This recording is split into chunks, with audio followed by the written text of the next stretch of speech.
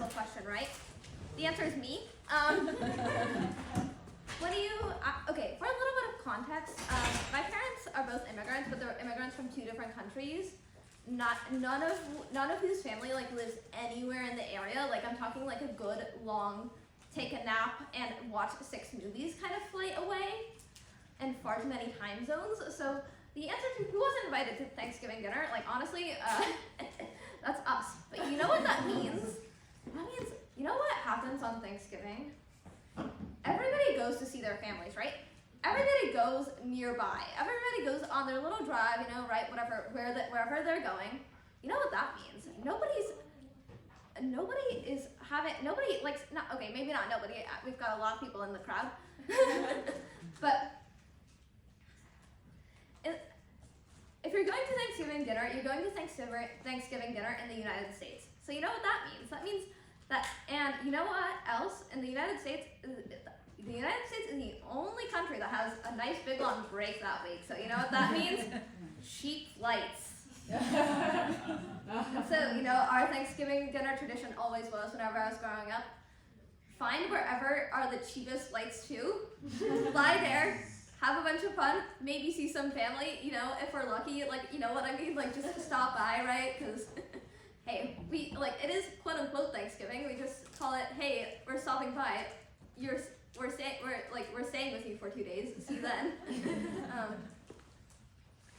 Yeah, and so you know what that meant? That I got to see a fair few interesting places. One of which was Iceland. And you know what? You think Iceland? Oh wow, cool. Here's the thing. My parents found flights there for like only a couple $100, and I don't know if you know how far away Iceland is, but it's a long way away. And so you may be wondering, how are they selling tickets for like $300 there?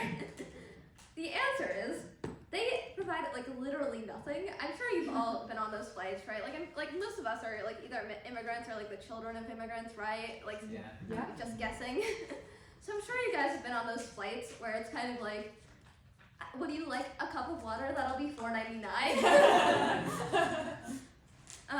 They really, like, as a child, I was like, okay, to be fair, I was like 9 when we found this airline, which by the way has since gone out of business. So don't get any great ideas about taking our cheap flights from us. But here, the thing that I do remember noticing is that they didn't have, you know, those like little screens on the back of the chairs, and so that was like the one thing that I noticed. And the other thing is that they didn't have any chargers. And so you know what that meant? That meant that as a kid, my only real, like, whenever I was on a flight, you know, I'm sure all of you guys have been on flights, like long flights, right? When I was a kid, I had this Kindle Fire, right? Like maybe that big. And here's the thing. I could download like various TV shows and whatnot on it. But I feel like my parents might have planned this out, because that thing does not last very long if you're watching just TV shows. So when it's a 9-hour flight, 9 or 10 or whatever out, or however long that thing was, that means that you can't really watch TV if you don't want to be bored out of your mind for 8 hours. So but you know what I did last very long? Audiobooks. And so you know what I loved as a kid? I only had like a couple of audiobooks, right? Harry Potter 3, 4, and 7. I have since listened to those things enough times that I can like lip sync to Jindal. Like, and so is my brother. We can be like, I can recite some portions off by memory, but because when you're on that long ass flight, like you have like nothing to do, especially since your little brother got the window seat.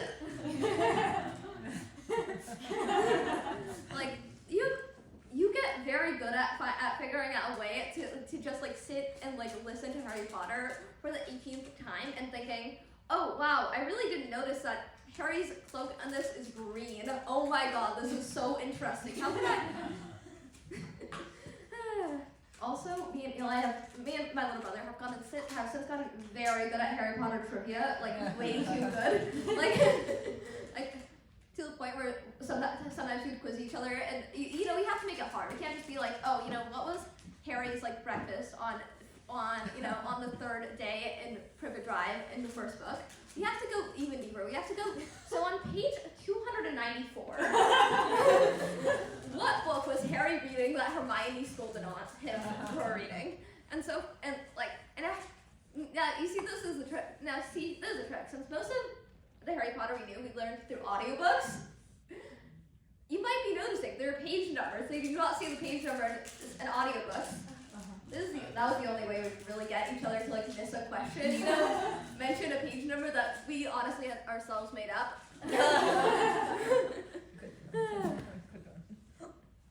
Yeah, and so, what time am I at? 1 more minute. Yeah.